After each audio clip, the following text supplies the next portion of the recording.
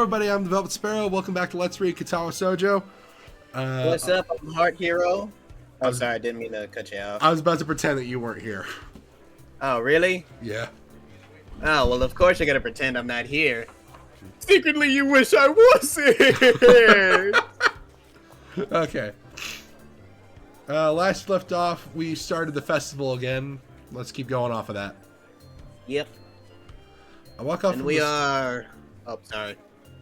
I walk off from the stall and find a seat, carefully cradling the steaming wooden bowl in both hands. Compared to the dumplings from before, this is quite nice. A little cool compared to what it probably should be, perhaps, but the flavor is enough to cover for that reasonably well. As I drink, I can't help but feel somewhat guilty for not being as involved in the festival as others. It can't really be helped, considering I was dropped into the school only a week ago. It still weighs heavily on my mind. That and the fact that a few of the students don't really seem to be enjoying the festival as much as the visitors. Eventually I finish my bowl and leave for the stall to drop it off. Considering there seems to be no line at all, I take my time walking up. Oh god, my nose. Yeah, unfortunately the Velvet Sparrow has something. I don't know what it is.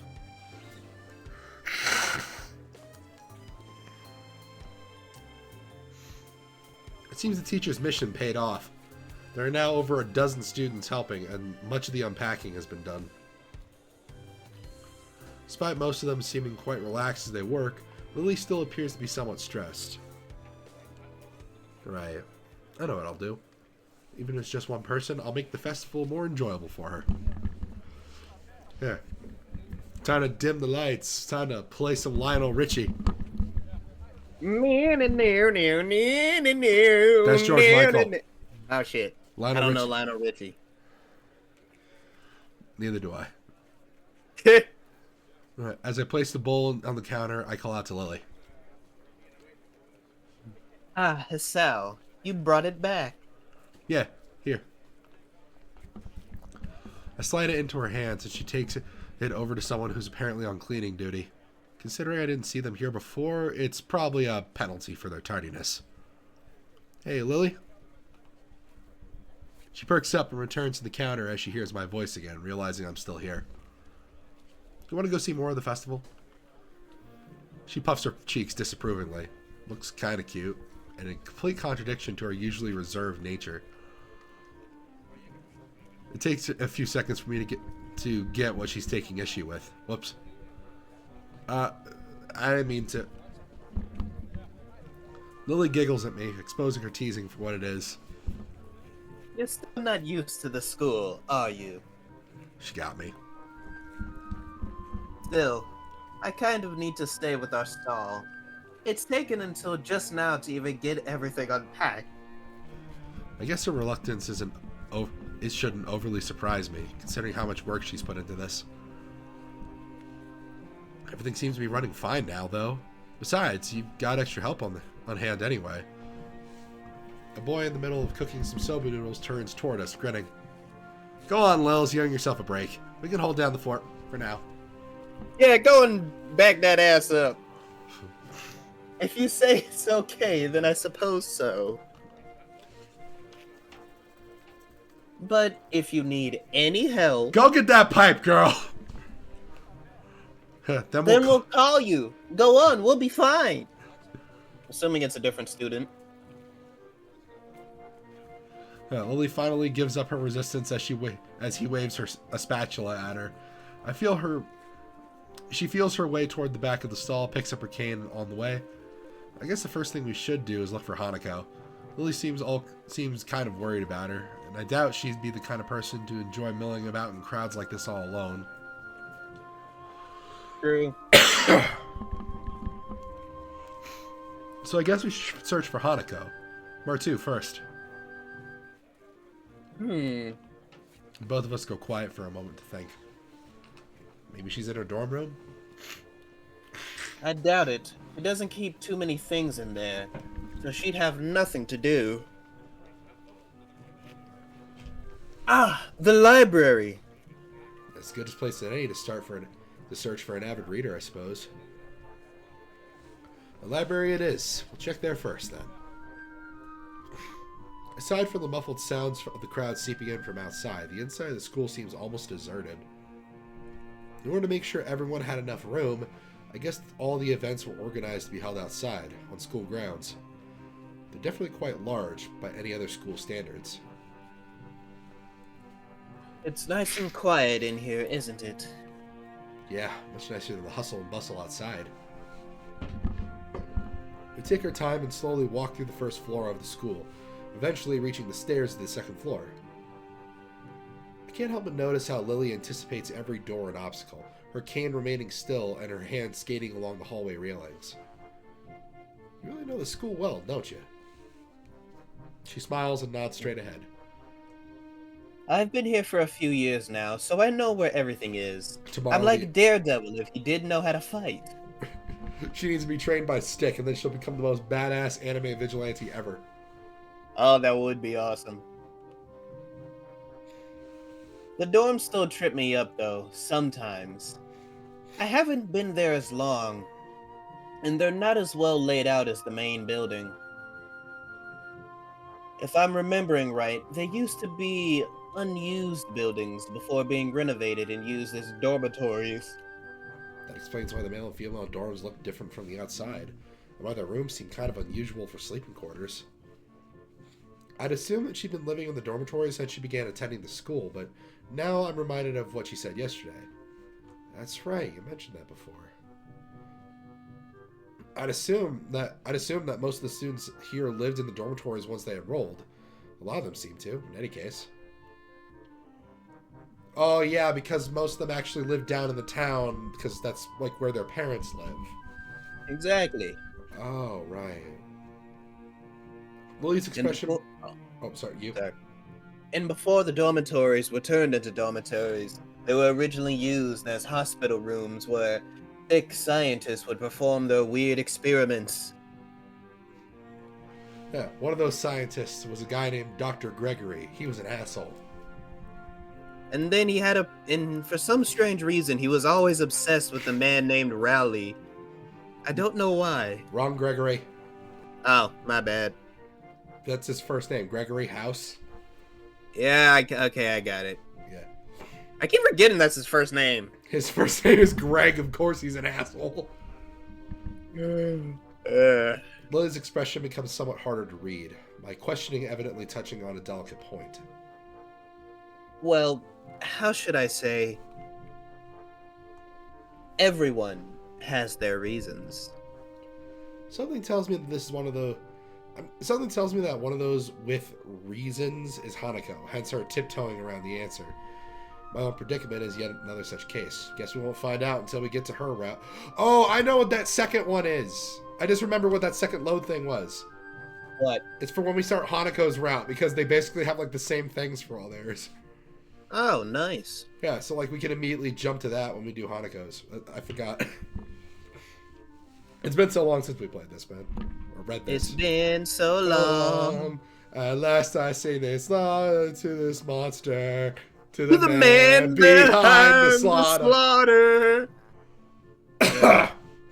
My own predicament is yet another such case.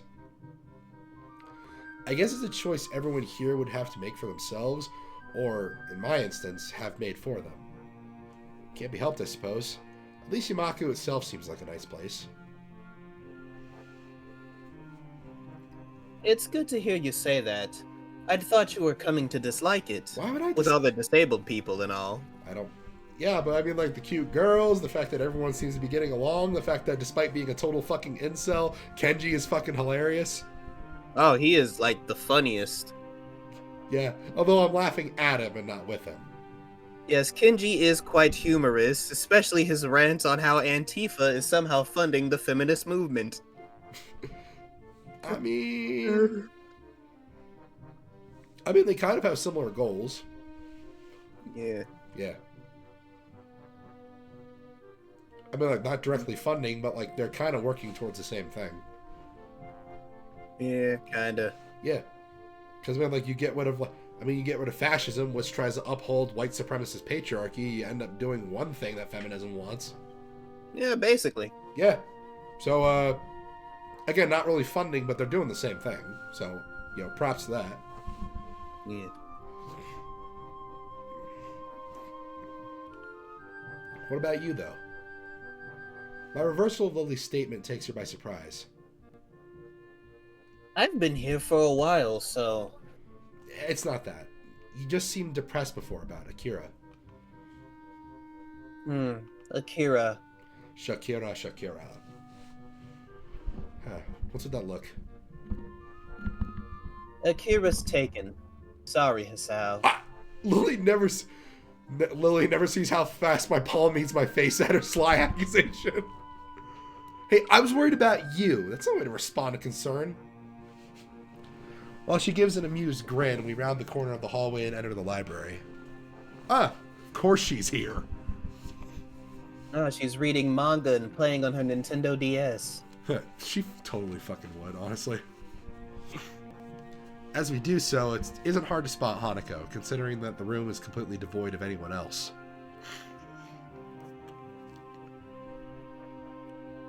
Given there are no staff around here, I guess there's no need to haul the usual library rules. I call out to her. Hey, Hanako! Hanako's here? That was me. Oh, fuck. Hanako is here? As she hears our voices, Hanako's head flicks up from behind a book, probably the same one she's been reading since Friday. Hisao? Lily?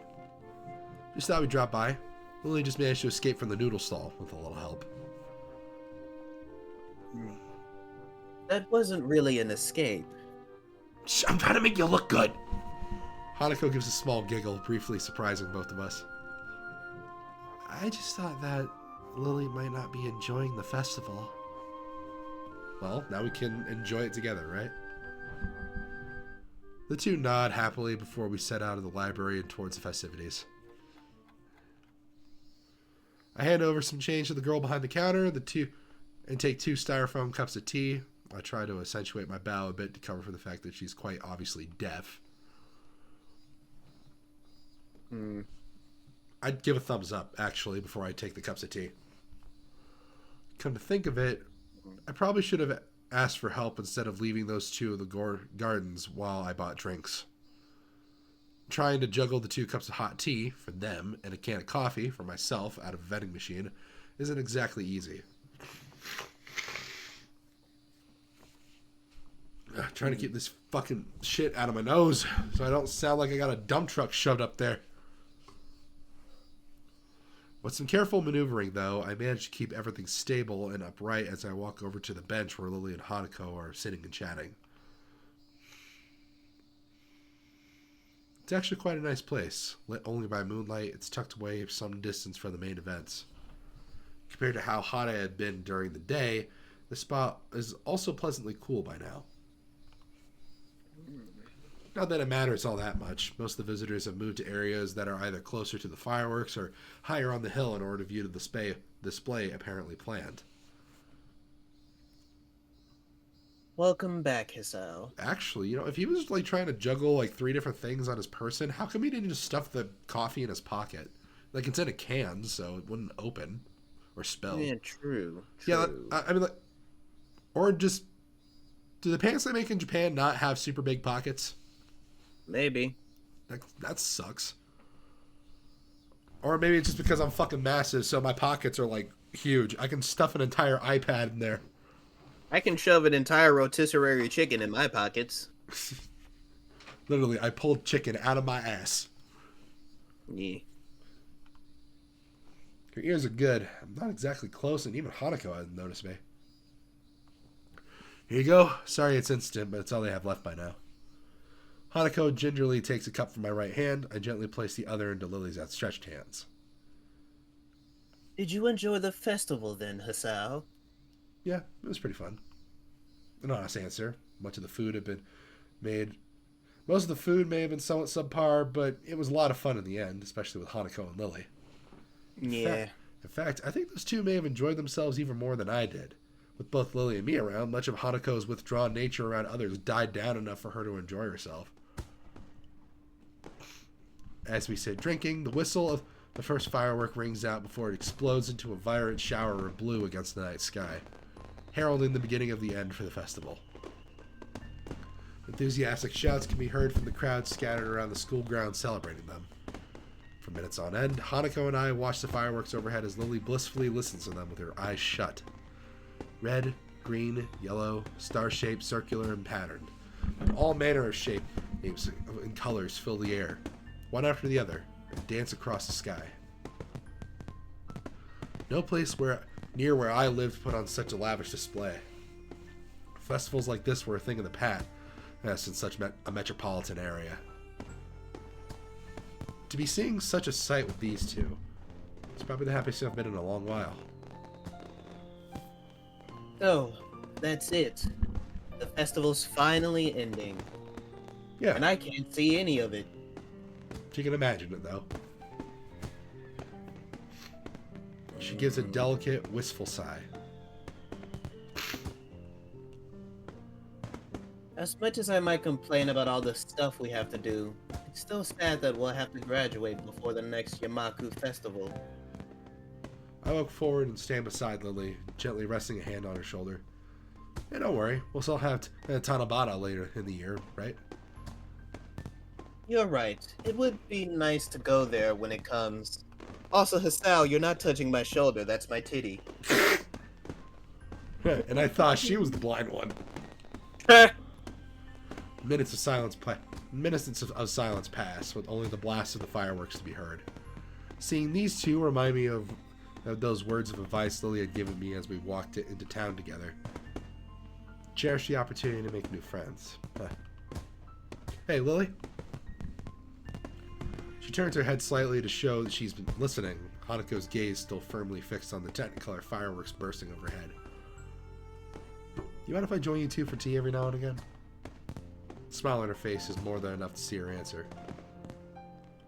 It would be a pleasure, Hisao.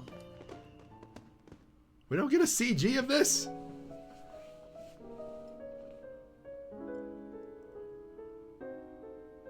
You were saying? No, I said we didn't get a CG, but we got an AMV or something, whatever it's called. Oh, yeah.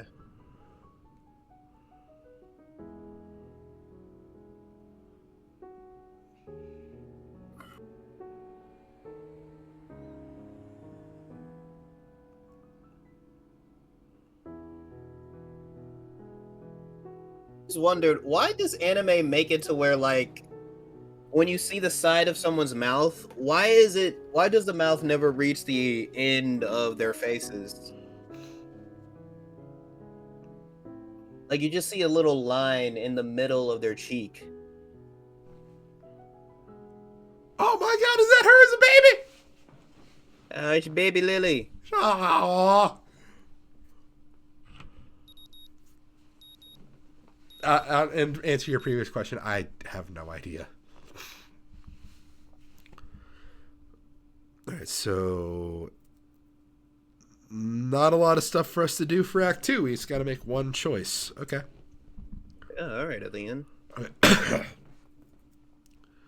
I wake to the annoying din of my alarm clock. Its bright red numerals lighting up my face. It's the same alarm clock I had at home. One of the few remaining artifacts from my days before coming to Yamaku. I'd hoped that using it would help ease my transition into this new life. No such luck, though. Groggily dragging myself out of bed, I wipe the sleep out of my eyes, then reach over to my desk, open a couple of bottles of medication strewn across it, and swallow a few pills dry. By now, the process is starting to become automatic, something I should be glad for, given their purpose.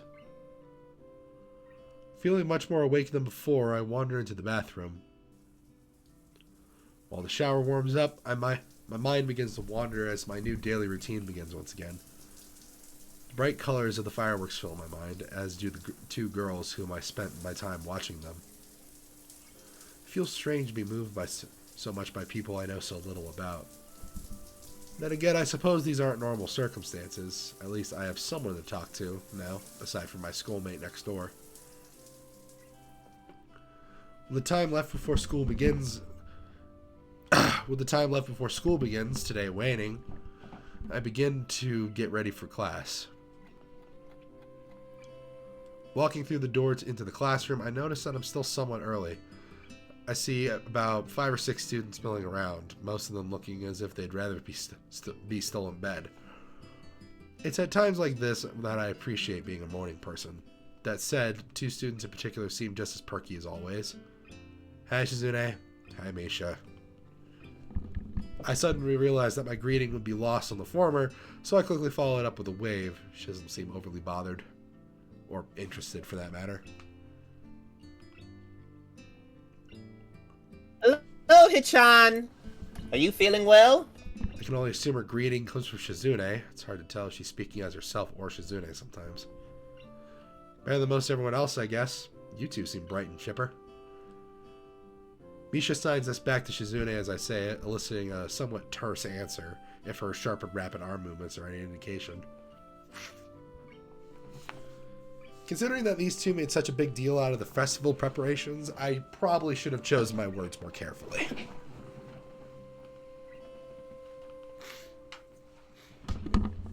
Since you're the new student, we've been cutting you some slack. Please don't expect this kind of task dodging to be allowed in the future. Misha looks as if she's about to add her own comment, but quickly goes back to interpreting as Shizune continues unabated.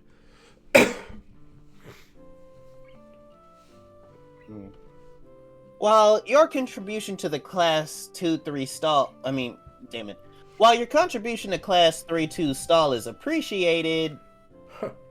Word sure got around quickly. That or these two have their fingers on the pulse of the school.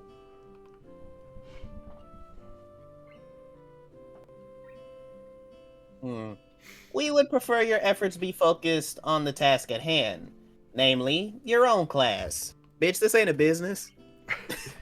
As much as I hate to admit it, they do have a point. Before I can respond, though, Shizune adds something more, which draws a smile from Misha. Did you enjoy the festival then? Lecture over, I guess. Yeah, it was good.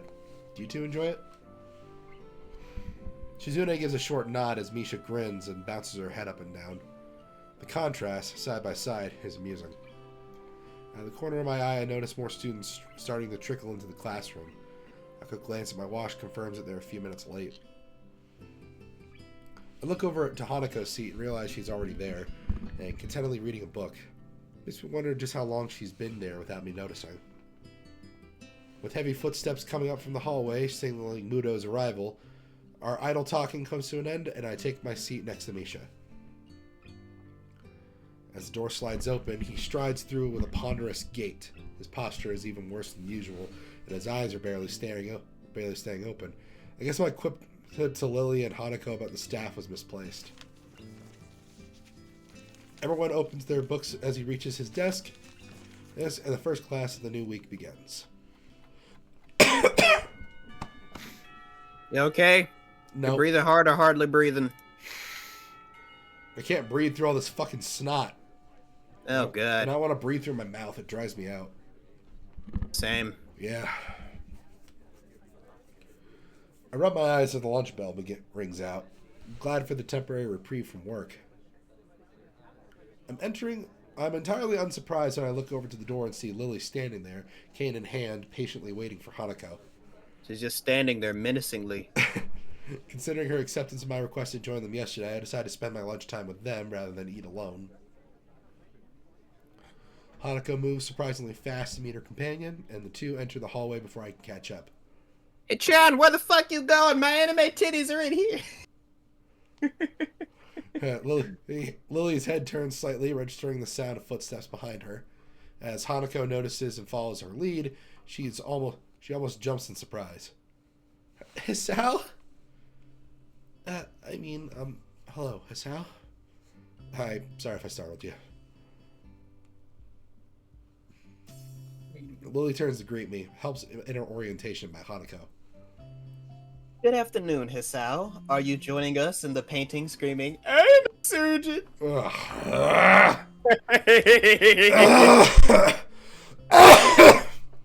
Okay, I'm gonna stop that because you're sick. I'm actually dying. I'm not trying to kill you. The Howard Stern show, motherfuckers. Good. If it's no trouble, there must not be much else to do, really.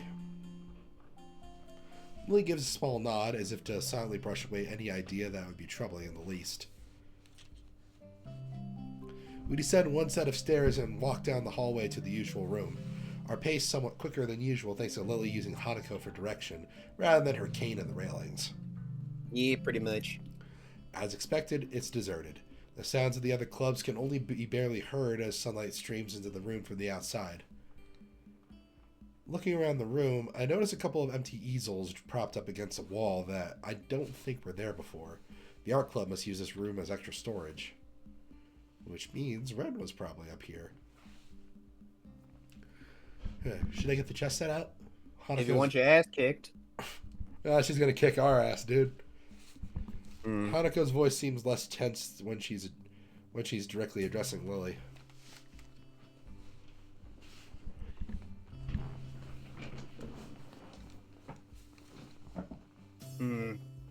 Yes, I'll make tea while you sort out the pieces. I can do that for you, if you'd like. She ponders the offer for a moment before smiling, confirming that I've made the right choice. Her face is remarkably easy to read. Very well. Thank you. She slides her retracted cane into the handle of her bag and sets it against one of the table legs before taking a seat opposite Hanako. As I prepare tea for the three of us, I can hear the small wooden pieces being set on the board. I wonder how good Lily is at chess given her circumstances. By the time I place the steaming teacups onto the table, Lily and Hanako have already moved their first pieces as they nibble on sandwiches and rice balls from their respective bags. I know that the chessboard they're using has holes in the middle of each square and pegs on the bottom of the pieces, and has each dark square slightly raised. Oh, it's like chess, but with braille. Yeah, I think that's the point. Watching Lily's fingers skating over the board, tracing out the positions of the pieces, makes me marvel a little at the simple ingenuity of the design. It must be specifically made for blind players. I just said that! Here you go. Hanako gives a small nod as I put the cup down next to her side of the board. Lily's hand ventures sideways slightly, so I gently place the cup touching the tips of her fingers, a gesture she seems to appreciate. I finally take a seat and silently sip my tea as the two play, in contrast to their appearances while playing is interesting to watch. Hanako looks closely at the board, her face one of focused concentration. Lily, on the other hand, keeps her head level and maintains her calm neutrality. Lily's gentle voice addresses the both of us as she continues to play. How was class now that the festival is over? Everyone seemed like they wanted to go back to bed. I look to Hanako to see whether she'll answer first, but see that she's doing the same. Not great. Half the class seemed to be dozing off, including the teacher. Not to mention a test on top of all that. Hanako quietly adds her own agreement with this.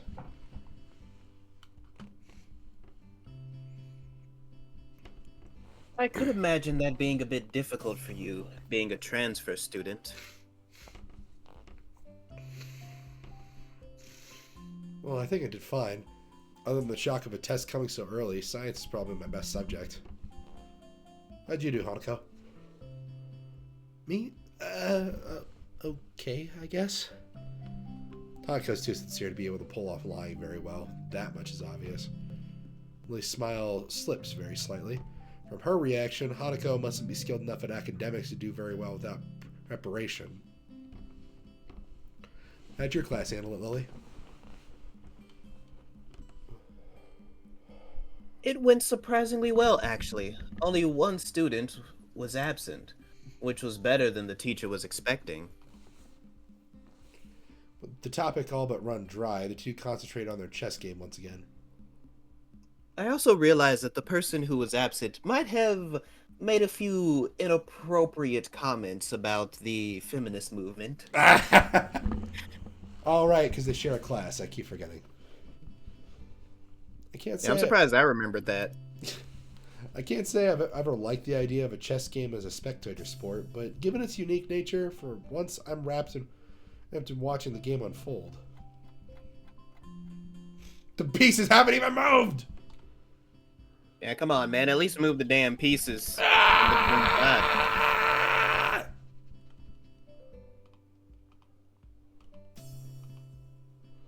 As time wears on, both of them demonstrate decent skill at playing the game. Having captured 2 more pawns on Hanako, Lilly has the upper hand, but only slightly. Until Hanako makes a strange move with her queen. Seizing a pawn at this lapse in judgment, Lilly takes the piece with her knight. Without hesitation, Hanako moves a pawn to take Lilly's rook on the opposite side of the board and promotes it to queen. Lilly's face falters as her fingers move over the pieces, and she realizes that she just fell into Hanako's trap.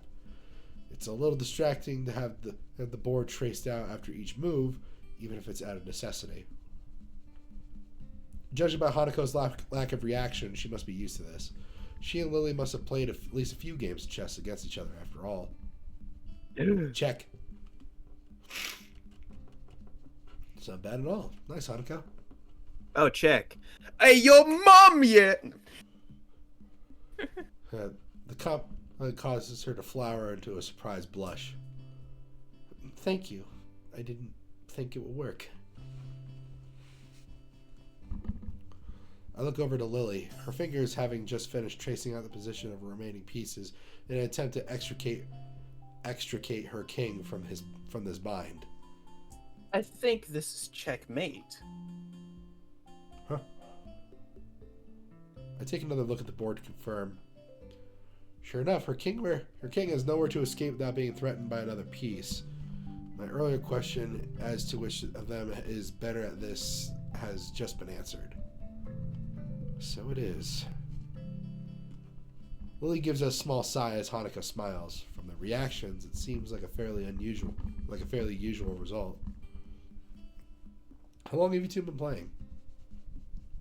Since I was young. Lilly nods at Hanako's brief answer. Hanako taught me how to play soon after I met her.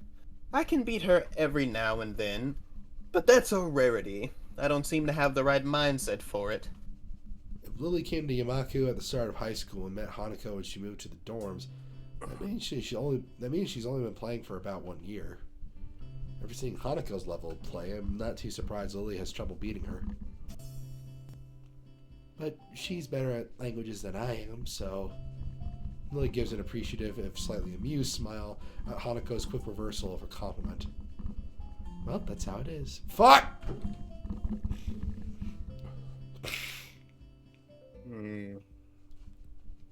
Well, that's how it is.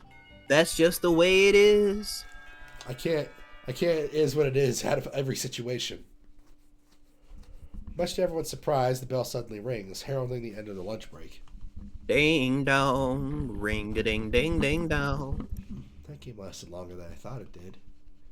Same, guess I better get back to class.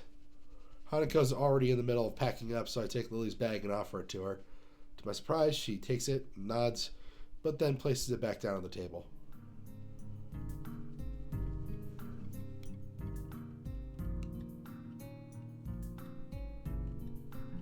Hisao, may I make a request? Lock the door and close those blinds. Sure, go ahead. Would you mind if I were to quickly feel your face? You can sit on it. No. Go ahead. I don't mind. The question takes me severely off guard, but once I can regain my composure, it seems sensible enough. So far, Lily's had no idea what I actually look like. But this would be your only way to find out.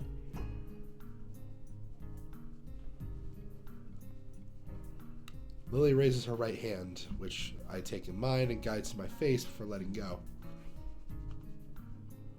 The room is entirely silent as Lily's hand moves over and around my features, from my chin to my cheeks to everywhere else. I expected this to feel a lot more disquieting than it does. I suppose it's because the action is entirely a matter of practicality, being functionally no different to simply looking at someone's face. Her hand is soft, but what takes me by surprise is the length of her fingers, not to mention how sure even the slightest of her movements are. I have no doubt that her level of tactile feeling will be far beyond mine. Her hand briefly runs through my hair before retreating. I'm sure that every inch of my face has been committed to her memory. It's only now, too, that I realize Hanako has been silently watching the entire time. Should I give you two a moment? Oh my alone? god, they're holding faces. Thank you for letting me do that, Hisao. That was me. And if I'm... Fuck! That's me, man. Fuck! Thank you for letting... I don't think you'll be doing that for a while. You're sleeping on the couch tonight, mister. Fuck! Thank you for letting me do that, Hisao. And if I might add, I think you are quite handsome. I blushed a little at her remark before raising a questioning eyebrow. But if you can't see it, how... Just because I can't see that doesn't mean I don't have my own preferences. Oh, she a freak. We'd better go now before this becomes the scene of a hentai. Yeah, that's a good point. Guess we'll see you later then, Lily. Oh, damn it. I was just... Holy shit, is that Mindy Kaling? I don't know, is it? I mean, look at her! Look at that painting! What the fuck? Hold on. Editing Thomas, do your thing. I'm just roasting all the celebrities today. Oh my god, I can't believe how racist you are, Josh. That's not racism. I'm black. I can't be racist. You're saying that about every brown woman you see?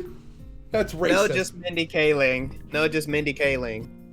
She looks like, what's her face, who plays Snow White from Once Upon a Time, just drawn darker. Yes, it kind of does. Yeah, it's mainly the hair. The short, fucking early 2000s black hair. Walking through the hallways back to our classrooms, I noticed that Hanako seems quieter than before, but also more comfortable. She's like, well, if Lily wants to sleep with you, then I guess I do too. Lily, her hand on Hanako's shoulder, seems to pick up on her assured pace as well, smiling as they walk. If I could spend the rest of my time at Iwanako like this, I don't think it'd be so bad. All that's needed for joy are small exchanges of happiness, after all. Aw, someone saw Pixar's Soul. Aww. As I reach my desk and set my bag beside it, I realize something. Or rather, my stomach does. I was so busy with these two, I forgot to buy lunch. Well, shit. Looks like you eating a big-ass dinner. Time for curry. Curry. I'm making oyster pasta for dinner, actually. Not a fan of oysters, but I love me some pasta. Yeah, it's good shit, man. Saturday, my second most favorite day of the week. What, does he love Sunday more? Well, considering in Japan, their days off are on Sunday. They have a 6-day school week. Oh, God, those poor babies. Yeah, but that's why they're smarter than us. I wouldn't say they're smarter, considering all the xenophobia in Japan, but... Okay, well, I mean, like, they got a higher academic record than we do because of that. Okay, that makes more sense. Yeah. This is almost entirely true. This is almost entirely due to the fact that it is a day with the second least amount of school, class ending at the beginning of lunch. I opened my door confidently, myself being more than confident of being able to get enjoyment out of the fine weather and shorter class length.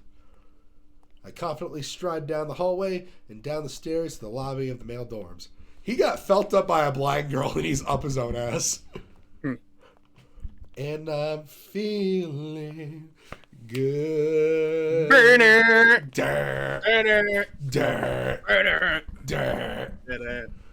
I confidently look behind me to see whose footsteps are approaching. I lose my confidence in this day being enjoyable. Ah, it's him! Hey, man. Sup? Hey, all. Scott here. Kenji here. Sup, Vsauce here. Hello, everybody. Flashbang here. I've heard of Vsauce in years. I miss Pyrocynical's old videos where he just roasts the shit out of teenagers. Those are fun. He was the better Leafy. I mean, fuck that. Everybody's the better Leafy. Not much, I guess. Looking forward to the afternoon. You? He wraps an arm around my slumped shoulders far too comfortably. Something's up. Let's step outside, shall we? He's gonna fucking kill me! I'm gonna have to cut off your ball. I was just about to before you stopped me. He doesn't take my reaction into his theatrics well. Ignoring him, I walk outside and start down the steps. This won't take long for him to catch up with me again. I wonder if he wants money, or to rant about another conspiracy. Maybe both.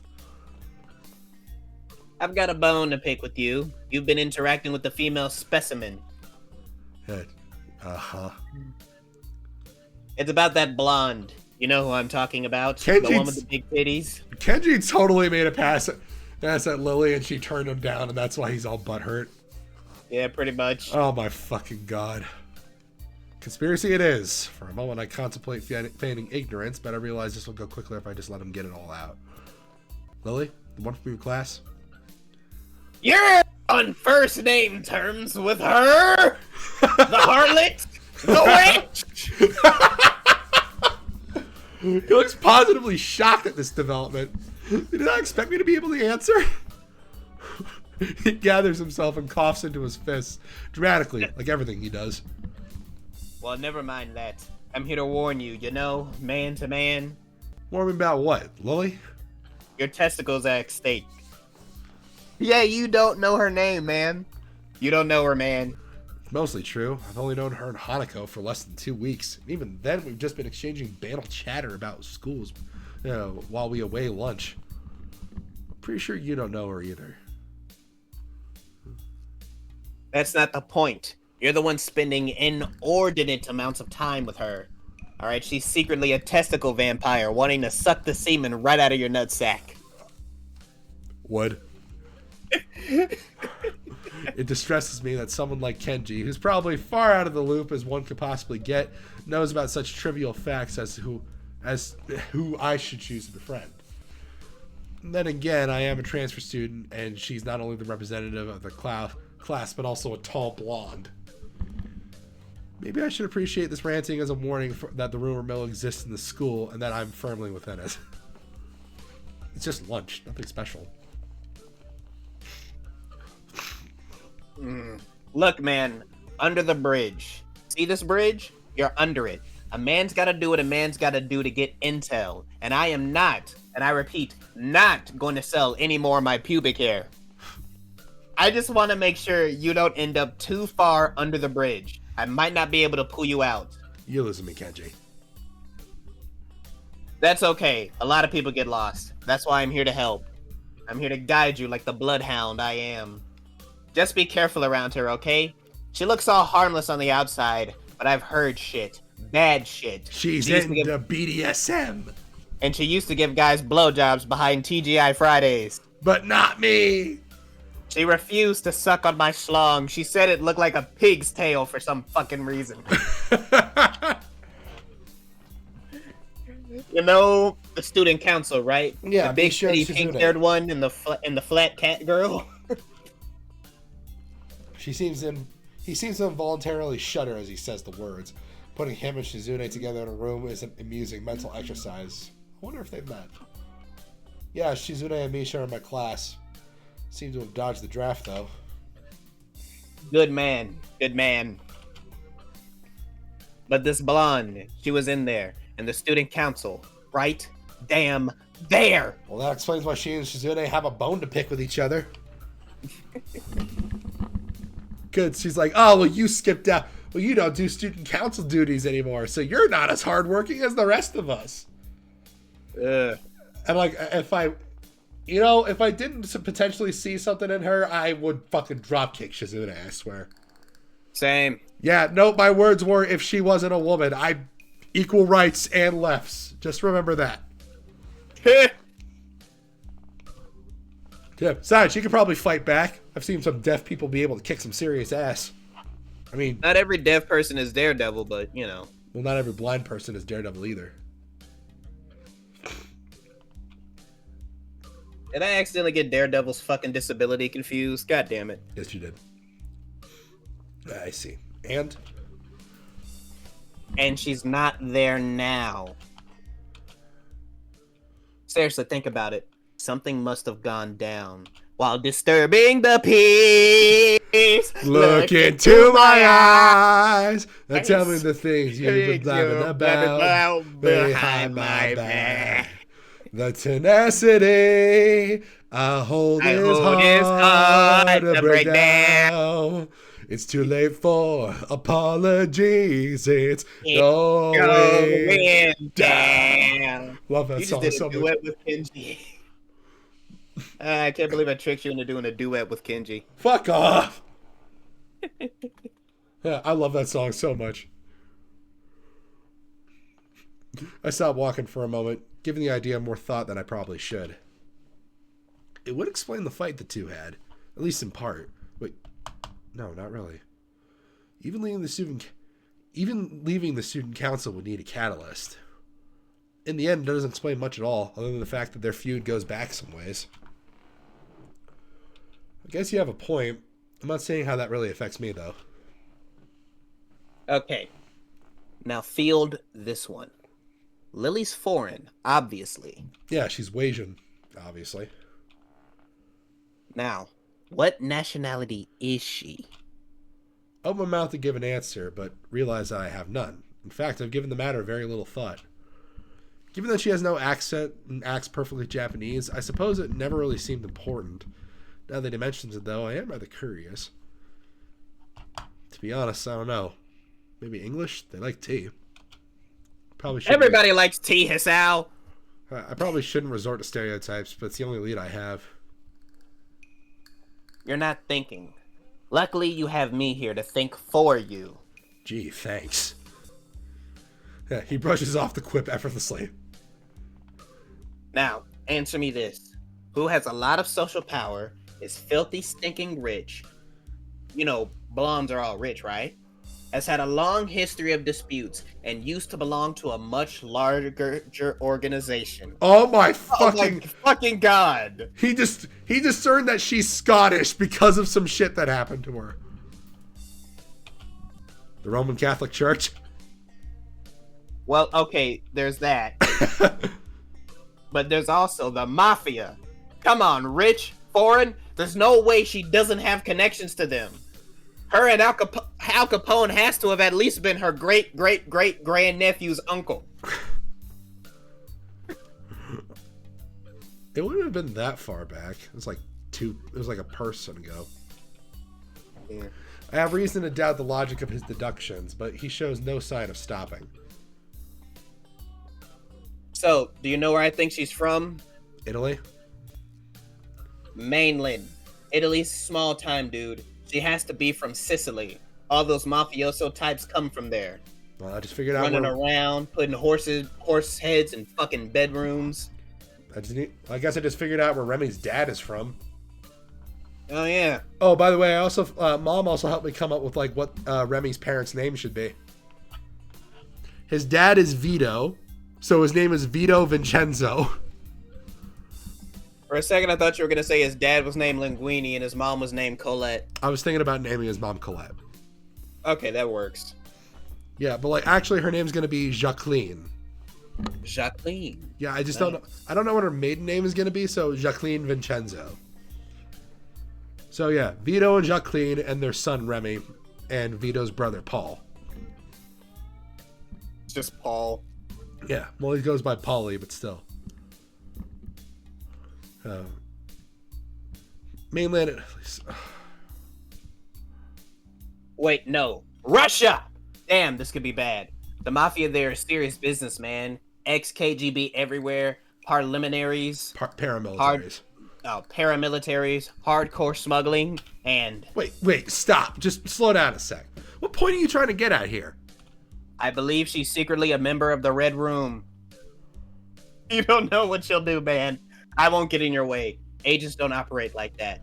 But I just want you to be careful. When time comes, we'll all need help. We'll need all the help we can get. I don't want to lose you, comrade. Well, at least he's concerned for me. Kinda. I wave goodbye to him as we separate to our respective classes, but I'm not sure that he sees the gesture. Piling my books into my bag, I catch a glimpse of the library books I borrowed last week. Might as well return them, considering they took all of 2 days to finish. I briefly considered inviting Hanako along to the library, but she's already gone. It'll probably be better for my studying if I'm alone anyway. With a quick stretch and a wave of a couple of classmates who give the same to me, I make my way out of the classroom. As I open my bag to shove the books through the return slot in the front counter, I notice a strange person behind the desk. Old and graying. She must be Yuuko's replacement when she's working at the cafe. I begin looking for a free table, a task that made somewhat difficult considering that, despite there not being many students in here, they're all sitting at their own tables. Noticing a familiar head of hair, I walk over to one near the Braille section. It's hard to tell whether Lily's concentrating or not, her placid expression holding perfectly still as her finger slides across the dot-filled pages of her book. Hi, mind if I sit here? Mm-hmm. Oh, no problem at all. As long as you don't mind me sitting on your face. She trails off, evidently still focused on her business at hand.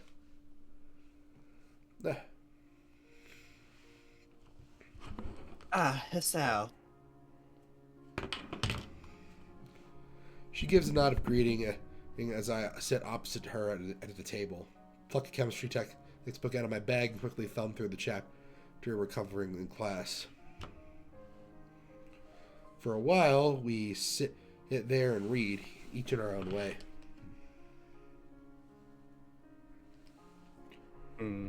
Seeing her reminds me of what Kenji said this morning. Right. What Kenji said this morning, though. That and the fact that I've never seen someone read in Braille before makes me keep throwing glances at her.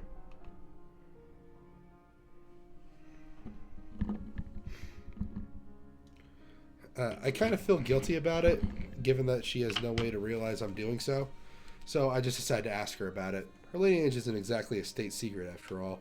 And there's another thing I've only just noticed from her movements. Hey, Lily, mind if I ask a question? Not at all. Is anything wrong? I was just wondering, you're at least partly foreign, right? She gives a small giggle before setting down her book. I've always been amused at how squeamish people are about that. Akira's mentioned how much she and I look different from most others before. The details are a bit complicated, but I'm half Japanese and half Scottish, laddie! Yeah, Scottish. It's not exactly my first guess. Takes some effort to not blurt it out loud. I'm trying to conjure images of the place in my mind. I think as far as the UK goes, Scotland isn't bad to live in, but I'm not really sure. My first guess of England was surprisingly close, or at least geographically. It does leave another question, though. But you have no accent. That's where the details begin. I was born and raised in Japan despite my mother being foreign. Ah, I get it. So, your mom was the top then? Pretty much. Hold on. She moved to the dorm simply due to Akira working longer hours, so they don't live near the school. She gives a small sigh, as if she expected me to go any deeper. Was her previous frankness just a front? Not exactly. It's been a long time since we've actually met.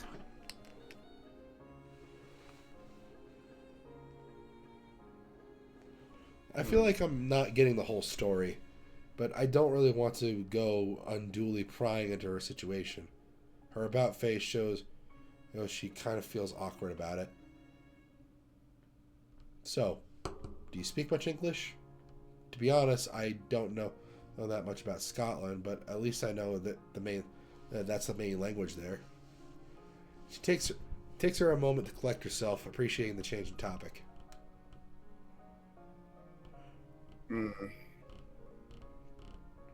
That's right. My family mostly used Japanese around the house when I was young, but they made sure Akira and I knew our Scottish side just as well.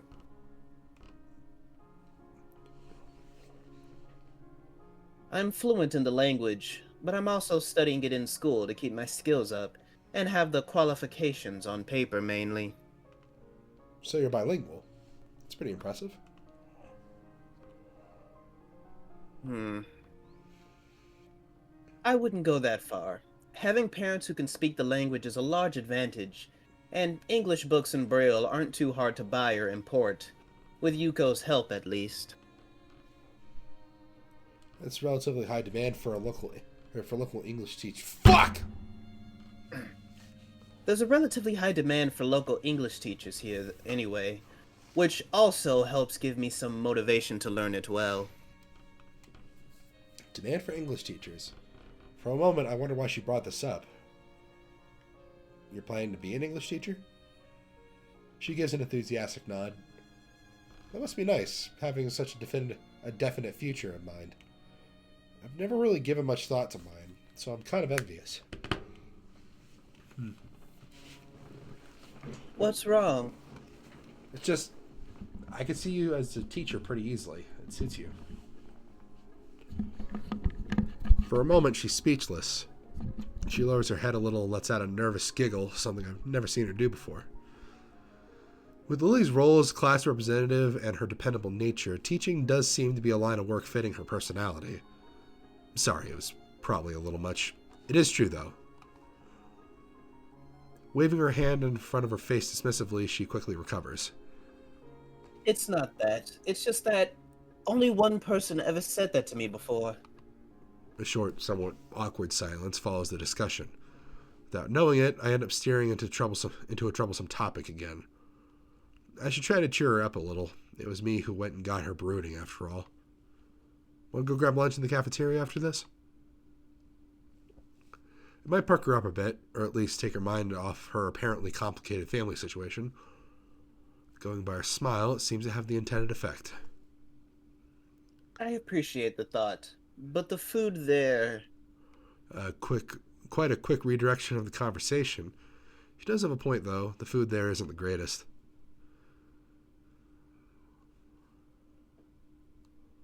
Maybe the Shanghai? We could ask Hanako if she wants to come as well. Ah! What is it? I almost forgot until you reminded me. Hanako's birthday is coming up soon, and I was gonna go shopping in the city for a present tomorrow. That's an invitation. I'd be happy to come. I'd be happy to accompany you. The ability to get more used to the layout of the city is probably be a good thing. I've barely set foot in there, so I'd be helplessly lost by myself. She gives a nod, signaling that she happily approves of this plan for Sunday. We eventually get back to our books, though before I begin reading again, I steal one last glance at her. Maybe I've been thinking of my situation too much. After all, everybody here would have their own unique circumstances. The chance to get outside and clear my head would probably do me good.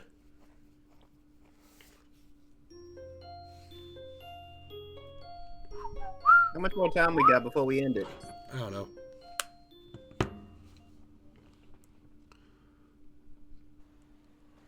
Bored of standing in place and watching the television and in the shop window, I pull myself away from the tacky display with little effort. Wait a second.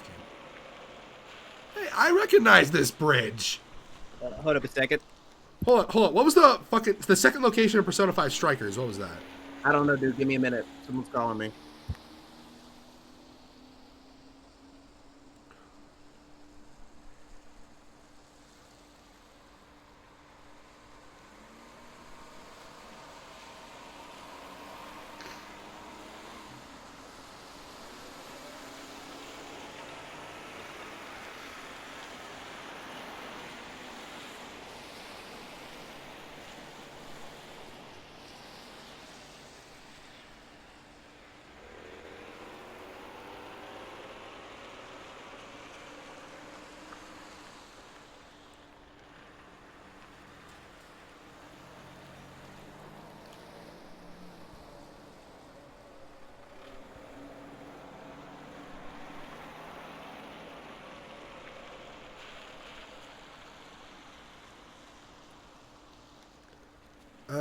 Sendai, is that the actual name of the place, or is it based off a real location?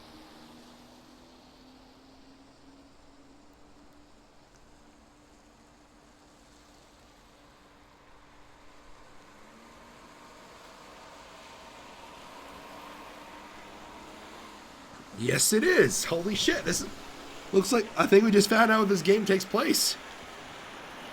Alright, I'm back. My mom was calling me. Did you hear what I just said? No, because I just got back. My mom was calling me. Yeah, well, I think I just found out where this game takes place. Japan? No, in Sendai. Oh, shit. Capital city of the Miyagi Prefecture and the largest city in the Tohoku region. I didn't know Mr. Miyagi was that famous.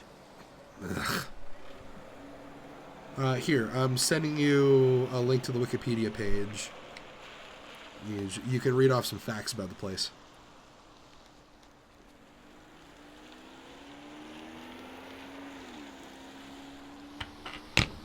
Are you sending me through Discord or... Text. Yeah. Okay, send it to me through Discord. Okay.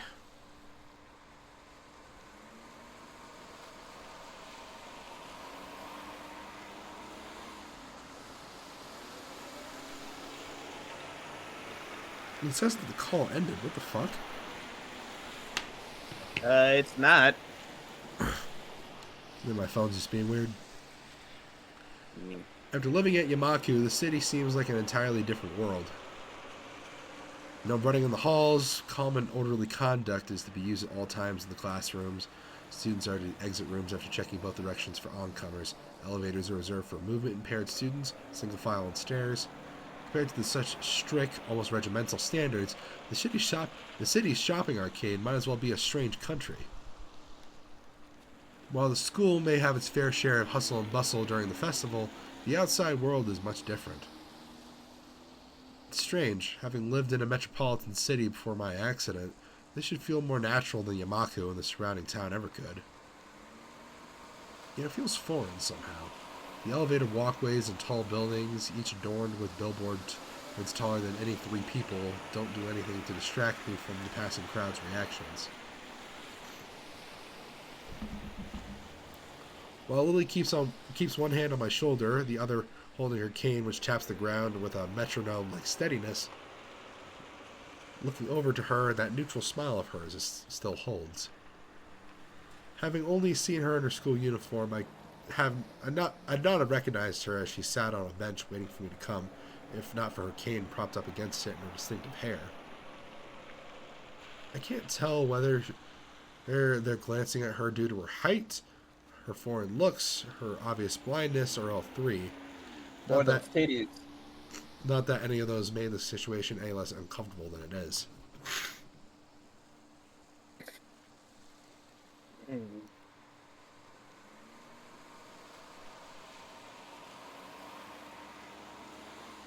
Do you have any ideas of where to look first, Hisao? Her soft voice breaks me out of my line of thought. I can't imagine that she'd be failing to notice the attention she garners, but she seems unfazed by it. I get the feeling she's the type to enjoy walking outside, so she might be used to it by now. Or probably because you can't fucking see it. Yeah. Not really. It's my first time in the city, so I've got no idea where to go. She furrows her brow at the thought, planning a route for us to take, and, come to think of it, a way to communicate it. Something I noticed in the time I've been with her is how, when deep in thought, she lacks close to any form of body language to show it. Her expression may change, but not a hint of movement shows. She seems to have a little in the way of the sweeping physical gestures in general, though, so I assume it's part of her reserved nature.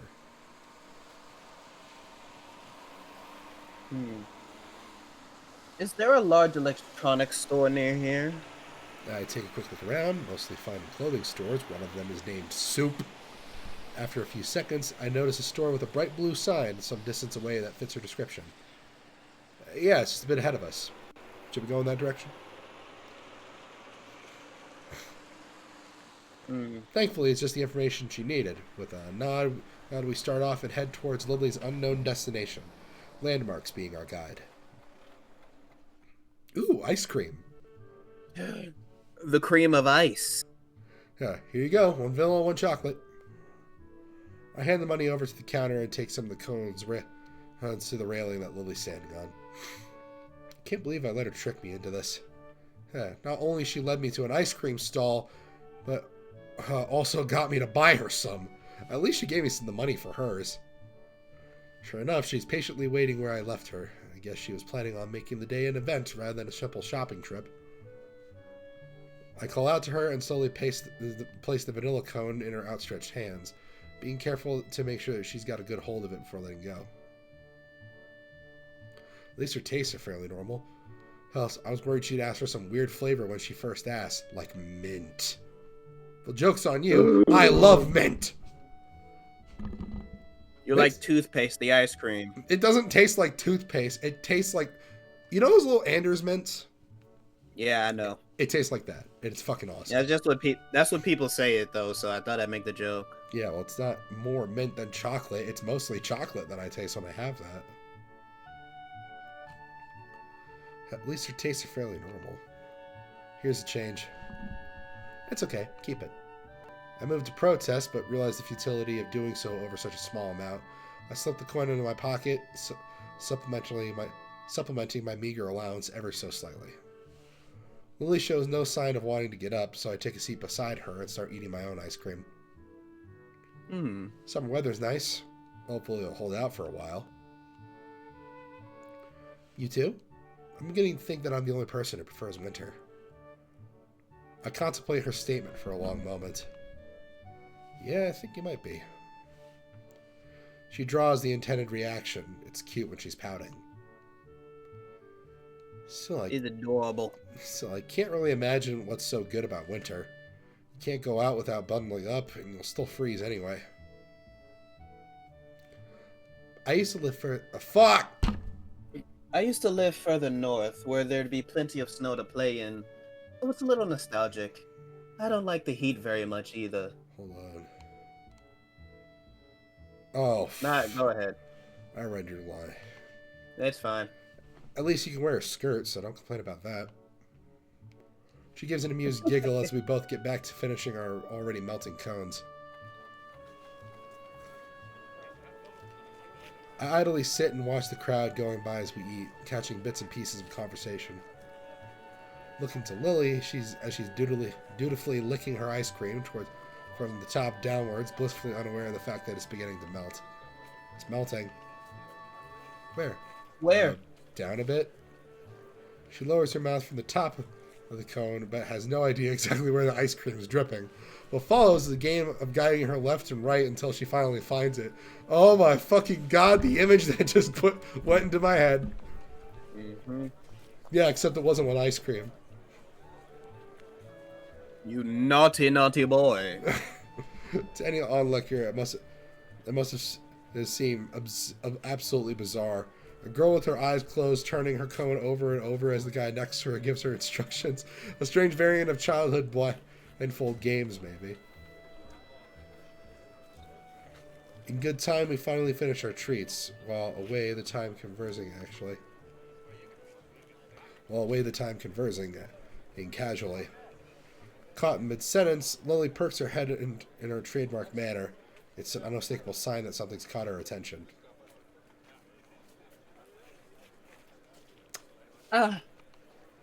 What is it? Is Akira somewhere over there? I think I heard her. Hey. Fuck! Is Akira somewhere over there? I think I heard her. I raise an eyebrow as I look in the direction she's facing, somewhat doubtful of her ability to pick up Akira's lone voice in the din. Oh shit! I recognize those duck lips. Sure enough, though, a blonde girl in a suit can be seen through the tiny gaps between people walking every which way. I raise a hand and wave, trying to catch her attention. Hey, Sato! Hey, Sato! Holy shit, it's Arkwade Brunstead! Yeah. She stops in her tracks and looks towards me, evidently noticing my calls. As she does, I notice someone walking beside her. I can't get a good look at whoever it is, though, before the two begin walking towards where we are. As they reach us, Lily and I stand and dust ourselves off. Akira! Hey, you two. Holy shit. As she nods towards me, a gesture which I quickly return, my gaze shifts towards the young girl next to her, and our eyes meet. As they do, Akira plops a hand onto her head, a move which doesn't seem to faze her. I don't believe we've met. I'm Hideaki. Hideaki. I'm Hideaki. Pleased to meet you, Hisao. Guy's name, huh? Guess I just dodged a bullet there. He bows, somewhat restrained by Akira's hand resting on his head. Wait, that's a dude? Apparently. I thought that was... Whatever. Oh, Hideaki is here too. Hideaki. Are you well? Hideki's here too. Are you well? You're Sorry. Akira's been taking very good care of me. Thank you. Akira grins as if to affirm the point and rubs his head hard, dragging it around in a circular motion. His dreary face during this is somewhat amusing. Uncle's out on business again, so I'm just taking him around for today. I'd prefer to be spending a day on a date with my boyfriend, but... Wait, she has a boyfriend? Apparently. I thought she was a lesbian. What the fuck? Same. Yeah. Hideaki gives a cough and tries to redirect Akira's thoughts.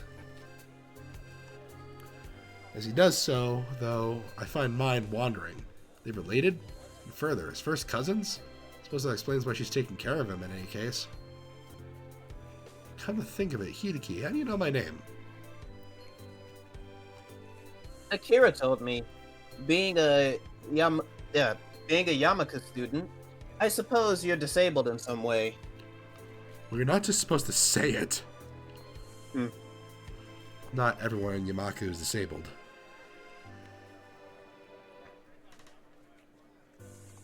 Let's see. Yeah, just making sure I got the voices right. Which I only learned a handful of days ago. I give silent thanks to Shizune and Misha for their stream of information about how the school works. Because of them, I found out that since the school will accept practically anybody suffering from non-mental disabilities, it doesn't discriminate against healthy people either. Mm-hmm. Yeah, it seems unlikely that many in good health would enroll there, though. While the standard of education is pretty high, it's extremely isolated and very much focused on helping disabled students. You're dodging. You're dodging the question. I'm gonna try and do a not peppermint patty. What's the name of that fucking girl with glasses from Peanuts that hangs out with Peppermint Patty? I just call her Velma. That's what you. I mean, a lot of people think she's Velma. True. Hold on. Peppermint Patty's friend. But she Marcy. calls everybody Sir Marcy. Oh, Marceline, why are you so mean? All right. I'm not mean. I'm 1,000 years old, and I just lost track of my moral code. Oh, Marceline, can't you see those guys are in pain? No, I can't, because I'm obsessed with this cute little video game. And thus, Thomas developed an interest in goth women. And Shigo was my interest in goth girls. Yeah, like that's where it started for me, though. Really, I saw that episode when it came out. Based. Before I can say another word, though, he decides to take a stab at it himself. If I were to call it myself, your heart? It's your heart, sir. Akira looks mildly curiously at me. Hey, her interest peaked as well. That sure was a lucky guess. How did you... You show no missing limbs or deformities, so external disabilities are out. Considering the lack of any strange mannerisms, it's also unlikely that you have any mental disabilities, except maybe autism. But you might... Oh, But Yumaku doesn't take mentally disabled students. So why is Ren there? Exactly. Now we know why she's there. I know. Leaving that aside, the only possibility left is that of internal disabilities. So that school is actually mentally ableist. A little bit. Well, then if that's the case, then why would they let Ren and Kenji go there? Yeah, Kenji is definitely like on the definition of potentially mentally hilarious. Yeah. I'm not mentally retarded. I'm mentally hilarious. Leaving that aside, hey, the only possibility left is fuck. I keep reading your shit. I didn't know which one you might bear, so I guessed correctly, as it turns out, and your reaction confirmed my guess. A little more than bemused, I looked to Akira, who she grins and shrugs, obviously taking some enjoyment out of her partner's deductions. He's sharp, yeah, but more than a little unsympathetic. Logical, but lacking in tact. His attitude reminds me of Shizune, in a way, as do he looks. He's Shizune, but with fucking Abigail's, like, beta hair color. Speaking of which, I think Abigail would look fucking fly as hell if she still had that hair. Yeah? Yeah, give me the goth girl with blue hair and pronouns, please. Fuck the purple hair. May I ask why you're staring at me? Surely I'm not that unusual. Surely I'm not that unusual a specimen. Stop talking like Jimmy Neutron, you little bitch. I would actually say that out loud. It's like, who the fuck are you? Jimmy Neutron? Sheldon? Who the fuck are you, you little shit? Answer me. I will beat your ass. I will beat your fucking ass. Oh, come on. Stop acting like you're a bunch of sodium chloride. Yeah, you can just say salt. Like, it doesn't make you smarter just because you refer to it by the scientific name. If anything, it makes you sound like a fucking jackass. Just shut up before I beat your little ass. Also, this is iodized table salt. While yes, it does have sodium chloride in it, is also compared with caking agents. I don't fucking know. Honestly, I actually would, if there's one person I would go out of my way to bully, it would be kids who sound just like Jimmy Neutron. I would, like, so many swirlies, dude. So many.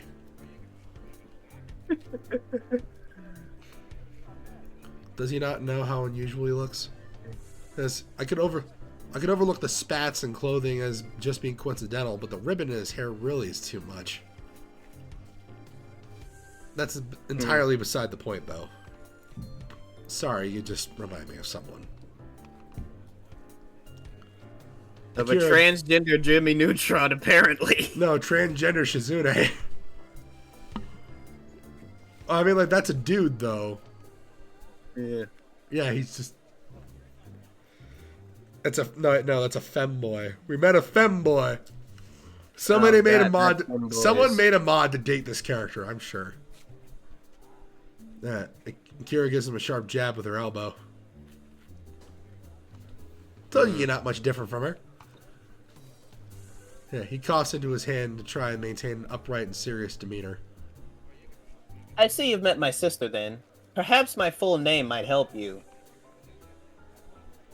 I'm Hideaki Hamachi. Hakamichi.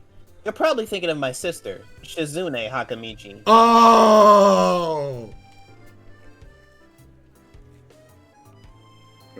Oh, so he's Shizune's brother. Wait a minute, if Hideaki is the son of Akira's uncle, and Shizune is his sister, then that would mean Shizune's fathers are brothers-in-law. Therefore, Lilly and Shizune are first cousins.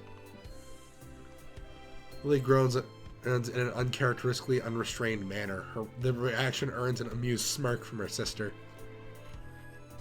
The amenity between the two just took on another meaning. I'd thought it's simply a matter of difficulty in communication between the two, but a family feud makes things much more complicated.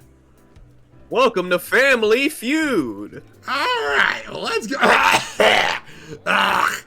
I am not about to listen to that man speak for the entire duration of this game show.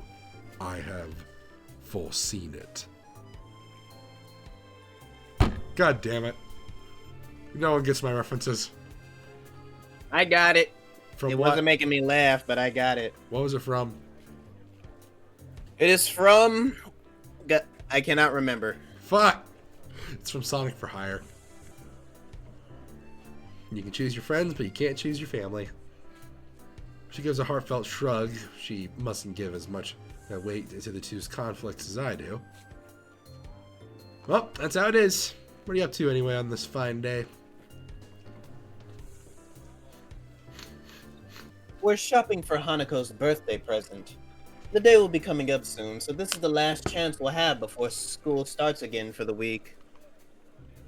Akira makes a strange face, as if Lilly just said the sky wasn't blue and the clouds were not white. I mean... That's you. I mean, isn't her birthday on the 10th next month? Yes. Why? Is something wrong? That's me. That's me. Fuck! Yes. Why? Is something wrong? Akira's face seems to collapse. It's an utterly unbefitting expression for someone so rowdy and headstrong. The folks didn't call you yet? As Lily shakes her head cluelessly, I look at Hideaki to see if he knows anything about this. A simple shrug is his only answer. For a moment, Akira ponders what to do before smiling once again. The fact that she can hide her emotions so quickly and effectively is unsettling. Hey, Shorty, sorry, could you hang out with Hisao for a while? He nods and waves her off. Akira placing an arm on Lily's shoulder as she guides her out of the away and out of earshot. And so I'm alone with Shouty. Shawty's like a melody in my head. He's always like na na na na every day, like my iPod stuck in replay. Replay. So, nice weather, isn't it? Seems so. It seems so. I guess they dumped us. Indeed. What a farcical attempt at small talk. Look, I've got no idea how to talk to this guy. His robotic responses aren't helping. Blood and a stone come to mind. Without another word, he begins to rock his feet in an obvious gesture of boredom with this decision. He really is like a little kid, despite his unserious demeanor. Expecting the conversation over, I decide to accomplish what I came here to do in the first place. I'm gonna go search for a present. Coming? Not much else to do. Hisao basically kidnapped a child. Great. In a little while, we come to a small shop beside a convenience store. For once, the store's windows aren't filled with electronics and computer games, but dolls, stuffed bears, and all manners of wood-crafted oddities.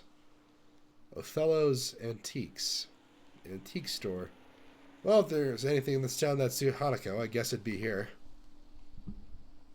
Reach for the old-looking door handle, but pull back at the last minute as I realize my companion's gone adrift. Not coming in? I'll just be in the newsstand for a while. Don't mind me. His voice makes it painfully clear he has zero interest in what's in the store, and that he doesn't feel obligated to follow me. He wanders off without another word. I push a thick wooden door and enter the store, a bell above me ringing out. The musty smell of old books and wooden shelves is distinctly anachronistic. I look to the counter beside the door. The graying man behind it sits there silently reading a tattered book. He clearly fits the look of the place. Slowly wandering through the aisles, the person I'm reminded of as I inspect each handcrafted or imported oddity in turn is a Hanako.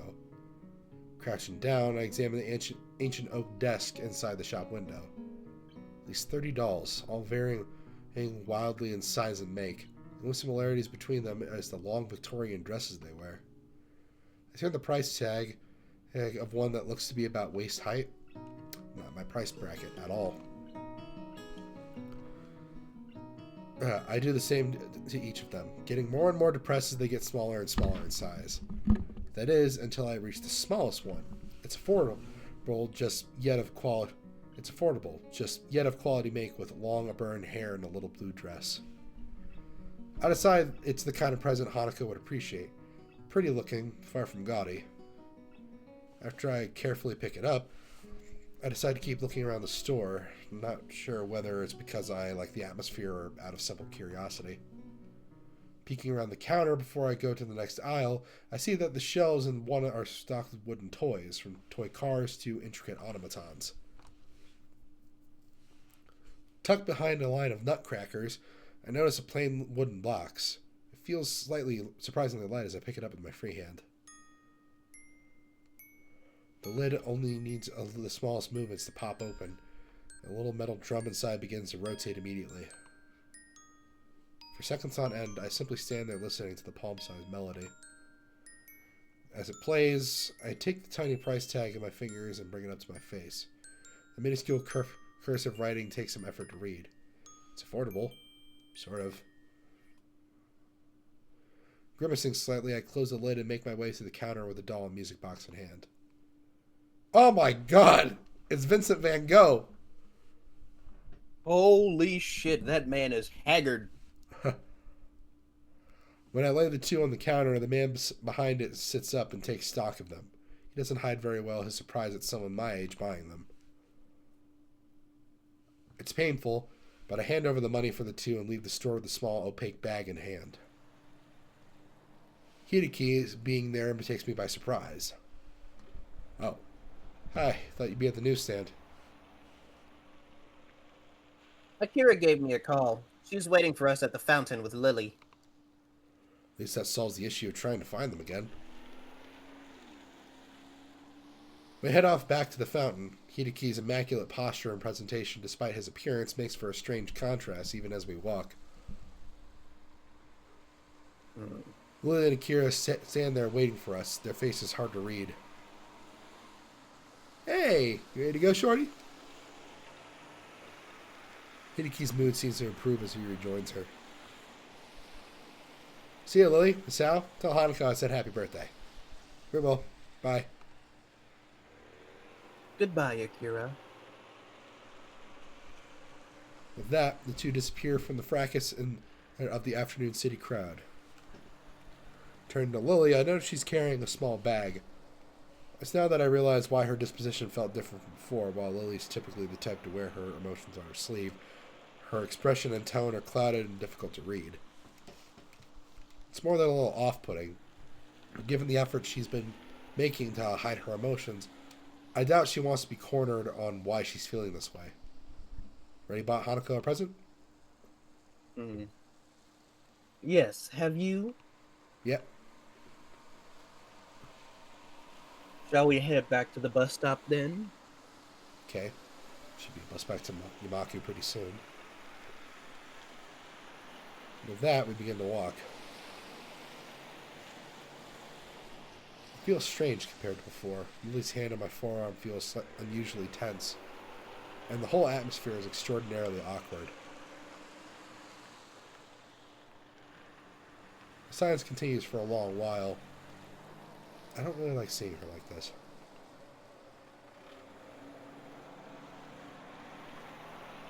Hanako's birthday party is going to have to be held earlier. Is the 4th going to be all right for you? I have no other possible obligations anyway, so I reflexively nod. Only afterwards do I remember that doing so is pointless. Clearly answer so by speech. She tries to collect herself as a task that looks almost pitiable, and how plain it is to see how distant her thoughts are. Sorry, Hisao. You said the bus would be coming soon, right? That's right. Now she says that, I have an idea. Actually, do you have anything to do later today? I don't believe so. Why do you ask? This is the point where I'd normally take your hand and rush you somewhere, but even without that, you'll have to trust me, okay? I take her hand and gently lead her on, her distant face replaced by one of mild surprise and curiosity. As the waitress sets the cup of coffee that I ordered onto the table, I thank her before she takes her leave. Truth be told, I really lucked out in finding this cafe. I don't really know where I was going, rather than I was just looking for any cafe that looked relatively nice. Having managed to recover a little, Lily tentatively sips at her cup as I take a long gulp of the coffee in front of me. As I hoped, her face lights up as she realizes what flavor it is.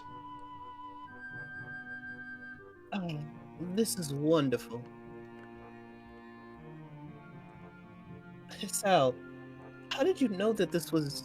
I asked for French vanilla black tea, hedging my bets that it would be her favorite flavor, or at least one she liked. While I don't really know much about tea, it sounded like one she might appreciate. On the basis of her liking vanilla ice cream, a tea connoisseur, I am definitely not. Is lucky guess. You like tea, don't you? She puts her teacup down and gives a tiny nod. That familiar small smile thankfully perched on her face once again. Drinking tea is calming, I think. With the amount you drink, you sure you're not addicted to it? Caffeine addiction's pretty common nowadays. Did I ever say I wasn't? She lets out a giggle as my head drops. We all have our vices, I suppose, and there are worse things to be addicted to. French vanilla black tea, huh? I have to remember that.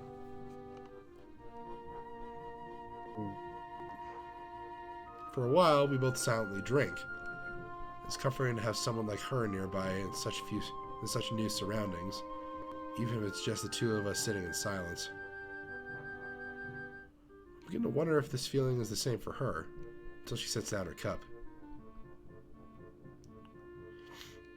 Hisao, do you mind if I ask you a slightly odd question? Depends on the question, I guess. I was wondering what your favorite color is. Everyone has one, after all. Hisao's gonna answer beige. You can say fucking tan or peach or some shit. You better say green. It's the name. It's the color of his name. Might as well be. I almost replied before realizing what's the seemingly mundane question is. I almost reply before realizing why the seemingly mundane question is actually quite strange. My favorite color, but she gives a pouting look, wanting me to answer her anyway. While the answer seems unavoidably wasted on her, there isn't any harm in giving it. I've always had a thing for green. I'd say that's my favorite. Yes! You fucking called it. Someone need to pick up that damn phone. It's in my hand. Green, is it? What things do you think of when contemplating that color? I suppose grass fields and trees in summer? The army as well, with camouflage. Men always seem to like the military. Fuck! Men always seem to like the military.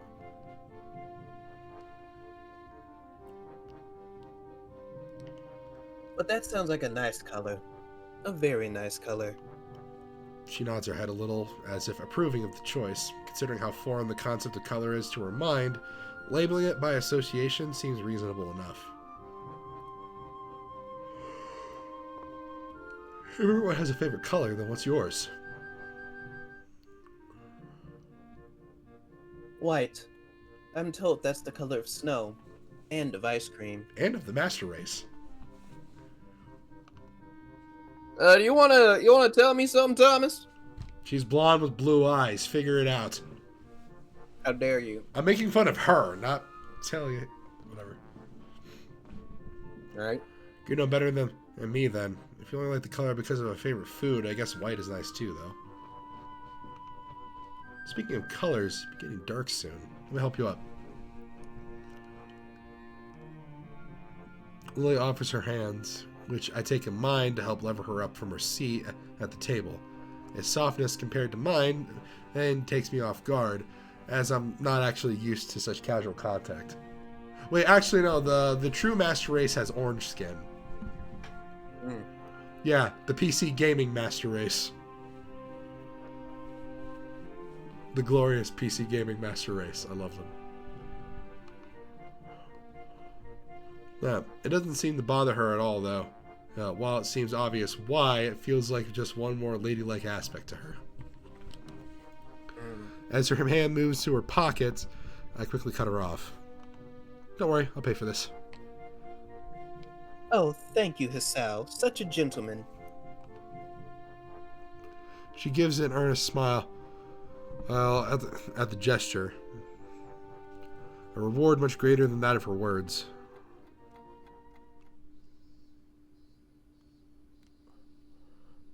Oh my fucking god, there actually is a PC company called Glorious. It's probably best not... Glorious PC Gaming finally rebrands. It's probably best to not have your company's brand likened to the phrase Master Race. Oh, that's fucking hilarious. It's a nod to the phrase coined by Yahtzee Crosha. It's supposed to be tongue-in-cheek, but yeah, they realize we're calling ourselves the Master Race, basically. We need to stop. That's so fucking funny. By the time we step off the bus, it's well and truly dark. We make our way up the hill in silence, both of us behaving a little awkwardly because of the day's events.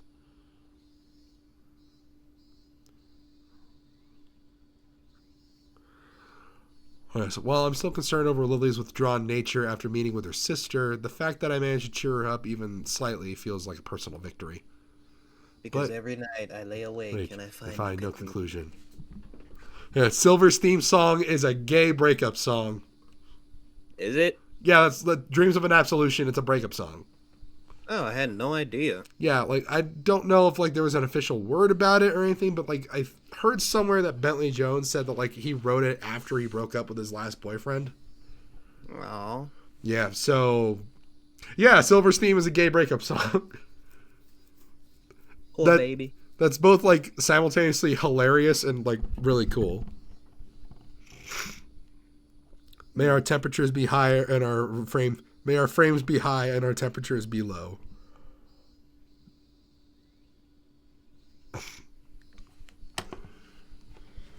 Maybe it's only a bit, but it feels like the air between us had changed. Maybe it's only a bit, but it's something that I don't think either of us have realized before.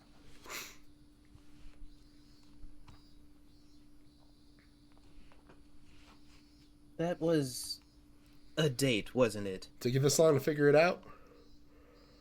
It was. It doesn't elude either of us. The questions either being so self-evident as to...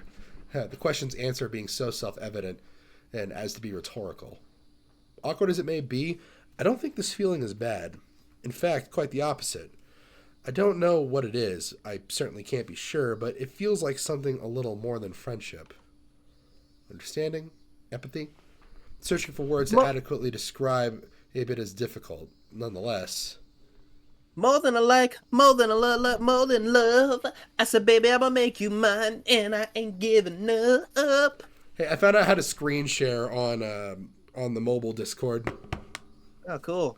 Yeah, do you know? No, I do not. Okay, I'll show you later. Would you like to do this again sometime, Lily? Without shopping for presents? Fuck. The tentative question is met with the same look from Lily as before. Her pale skin makes the rosy tint of her cheeks just slightly more noticeable than her face. Though still pointing to the street ahead of hers, lowers a little. What the fuck? Though still pointing to the street ahead of hers, ahead of her, lowers just a little. Oh, she's... Damn it, Hisao, I can't understand you half the time. Okay. She just agreed to a second date. Yeah, and I think that's where we're going to have to end it because my mom's going to be here soon and I got to go to the grocery store. Hey, we got to get started on dinner. All right.